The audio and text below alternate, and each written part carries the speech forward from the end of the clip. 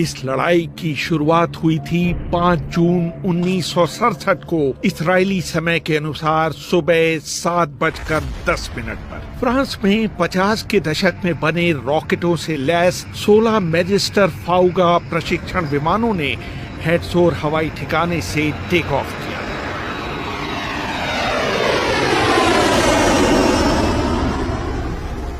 ये फाउगा विमान मिस्टियर और मिराज जेटों द्वारा इस्तेमाल की जाने वाली फ्रीक्वेंसियां ट्रांसमिट कर रहे थे और ये आभास दे रहे थे कि वो मिस्टियर और मिराज विमानों की तरह हवाई गश्त की ड्यूटी पर हैं। 4 मिनट बाद असली बम वर्षक ओरेगन ने हेडसोर हवाई ठिकाने से ही उड़ान भरी। इसके 5 मिनट बाद रमाट डेविड ठिकाने से मिराज युद्धक विमानों के पूरे स्क्वाड्रन और हादसेरिम एयर बेस से 2 इंजनों वाले 15 वॉटूर्स विमानों ने उड़ान भरी। 7:30 बजते इजरायली वायुसेना के 200 विमान हवा में थे। इससे पहले इजरायली वायुसेना के कमांडर मोटी हॉट का रेडियो संदेश सभी पायलटों के हेडफोन पर सुनाई दिया था, उड़िए, दुश्मन पर छा जाइए, उसे बर्बाद कर उसके टुकड़ों को पूरे रेगिस्तान में फैला दीजिए ताकि आने वाली कई पीढ़ियों तक इजराइल अपनी भूमि पर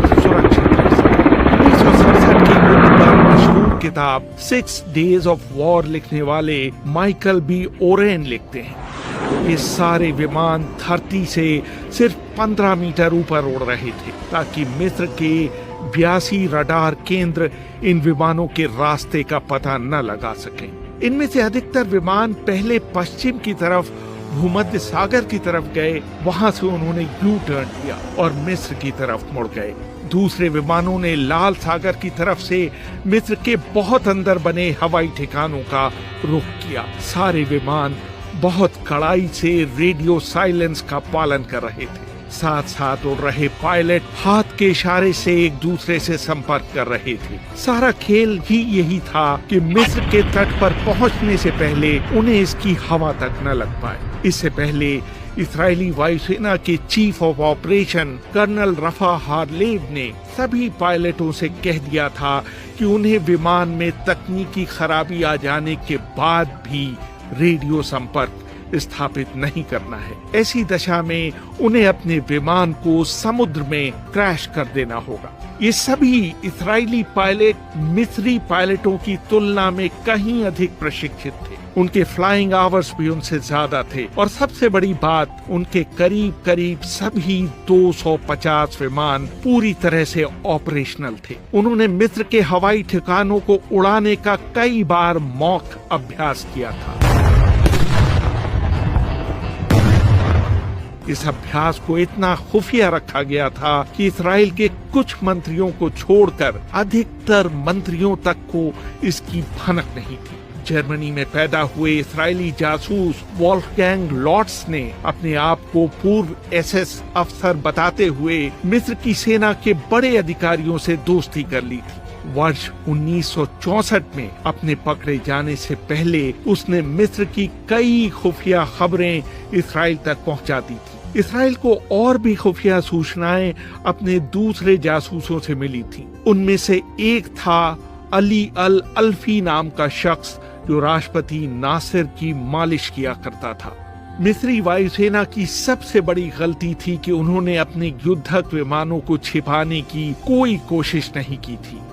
एहूद यानी अपनी किताब no margins for the error making of the Israel air force में लिखते हैं, मिस्र ने अपने सारे विमानों को उनके मेक के हिसाब से तैनात कर रखा था। मिग, इल्यूशन और टुपोलेव विमानों के अलग अलग ठिकाने थे। हालांकि उनकी वायुसेना ने उनके लिए कंक्रीट हैंगर्स बनाने के प्रस्ताव भेजे थे, लेकिन एक भी हैंगर बनकर तैयार नहीं हुआ था। मिस्र के सारे जहाज खुले आसमान के नीचे खड़े थे और उनके आसपास सैंडबैग तक की व्यवस्था नहीं की गई थी। इजराइल के एयरफोर्स कमांडर मोटी हॉट कहा करते थे, आसमान में युद्धक विमान से खतरनाक कोई चीज नहीं है, लेकिन जमीन पर वो अपनी रक्षा करने में जरा भी सक्षम नहीं है।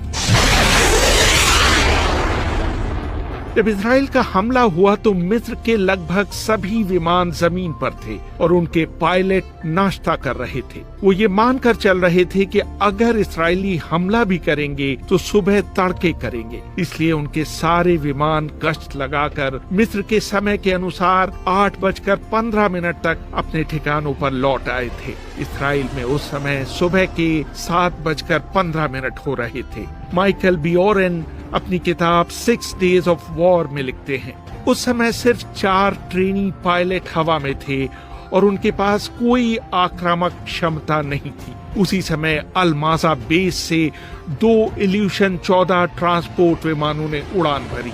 एक विमान में सवार थे फील्ड मार्शल अमेर और एयर कमांडर सिद्दकी महमूद। दूसरे विमान में आंतरिक खुफिया विभाग के प्रमुख हुसैन अल शफी, इराकी प्रधानमंत्री और एक वरिष्ठ सोवियत सलाहकार अबू सुवेर हवाई ठिकाने की तरफ बढ़ रहे थे।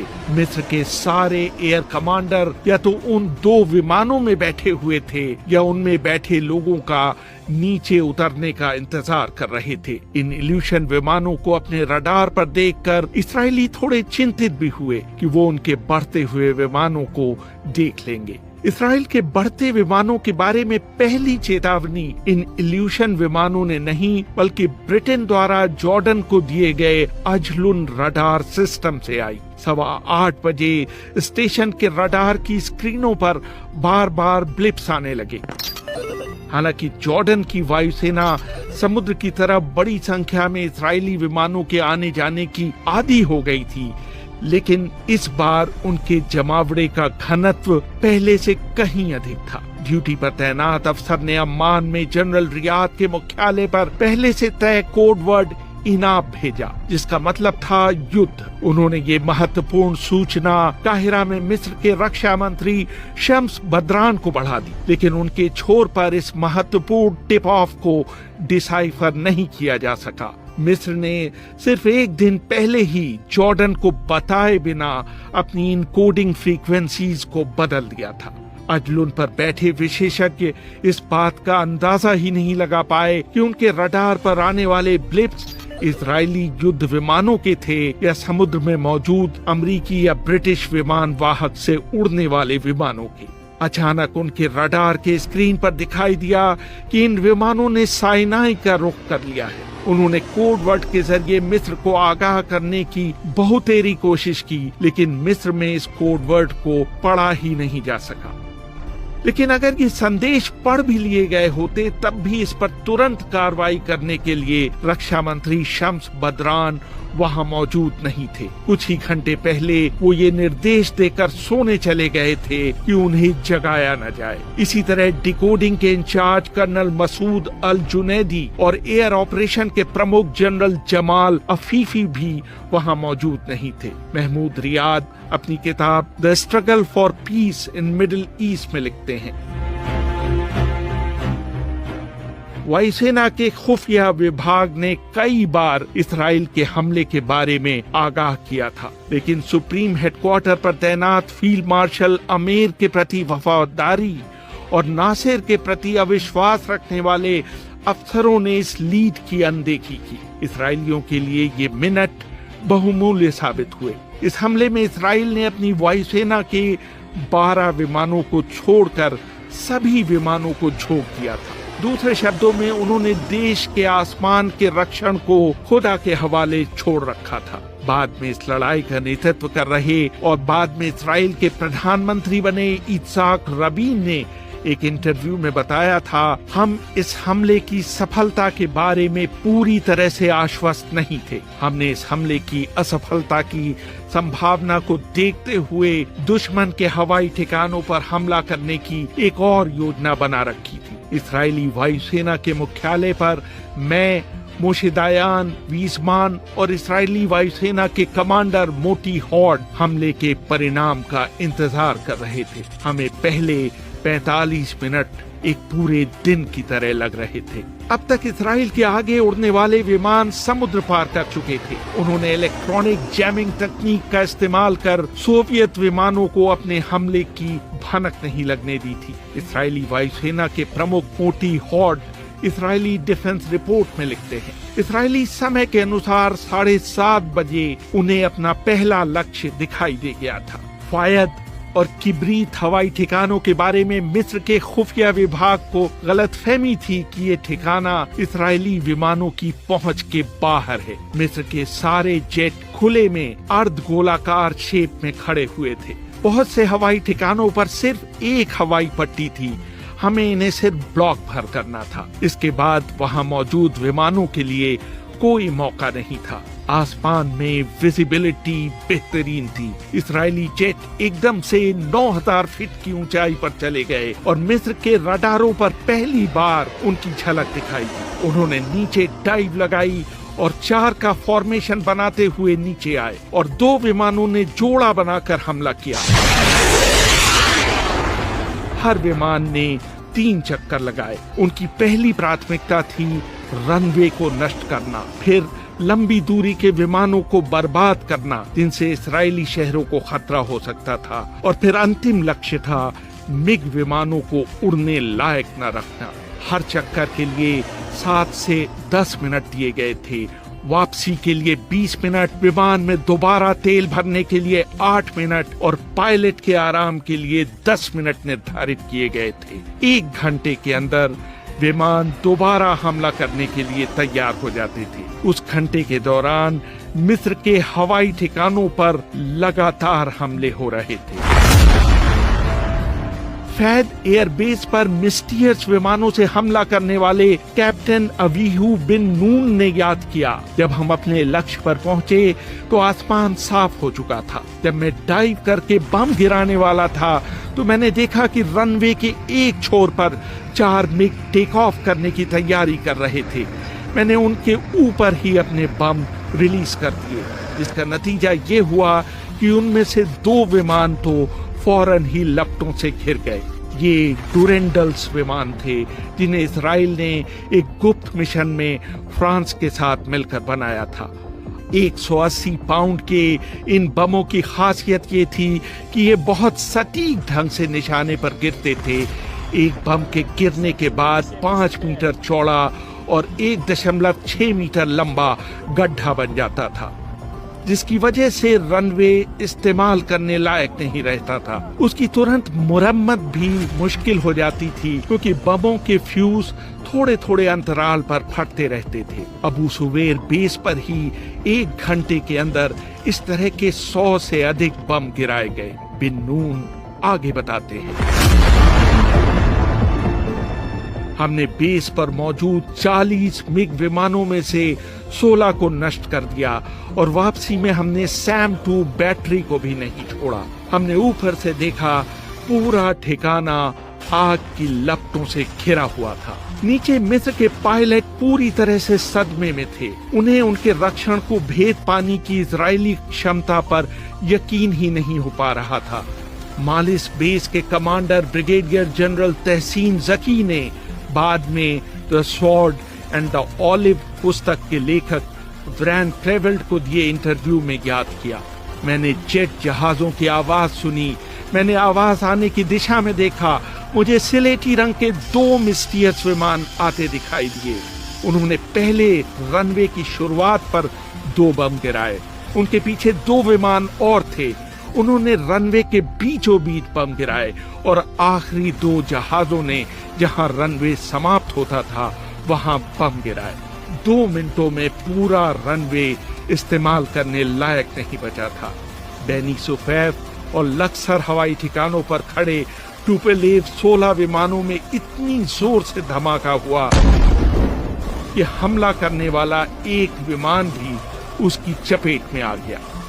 साइनाई में जबल लिबनी, बिल अल थमादा और बिर गफगफा हवाई ठिकानों पर इसराइल के मिराज और मिस्टियर विमानों ने कतार में खड़े दर्जनों मिग विमानों को नष्ट कर दिया। कुछ मिग विमानों ने टेक ऑफ करने की कोशिश भी की, लेकिन वो नाकामयाब रहे। सिर्फ अल अरीश ठिकाने पर जानबूझकर इस उम्मीद में रनवे को नुकसान नहीं पहुंचाया गया कि वक्त पड़ने पर वहां इसराइल के ट्रांसपोर्ट जहाजों को लैंड कराया जा सके। इजरायली समय 8 बजे तक साइनाई के 4 एयरबेस पूरी तरह से ध्वस्त हो चुके थे और साइनाई में मिस्र की सेना का सुप्रीम हेडक्वार्टर से संचार संपर्क पूरी तरह से टूट चुका था। आधे घंटे के अंदर मिस्र की वायुसेना के आधे यानी 204 विमान जमीन पर ही नष्ट हो चुके थे। इस सफलता से इजरायली खुद अवाक थे। किसी ने कल्पना भी नहीं की थी कि एक अकेली स्क्वाड्रन पूरे एयरबेस को निष्क्रिय कर देगी। दिलचस्प बात यह थी कि इजरायली पायलटों को निर्देश थे कि वो 5 मिनट का ईंधन और अपने 1/3 हथियार हवा में होने वाली डॉग फाइट के लिए बचा कर रखें। लेकिन हवा में इजरायली विमानों को एक बार भी चुनौती नहीं दी गई। जमीन से भी उनके ऊपर कोई तगड़ा फायर नहीं आया।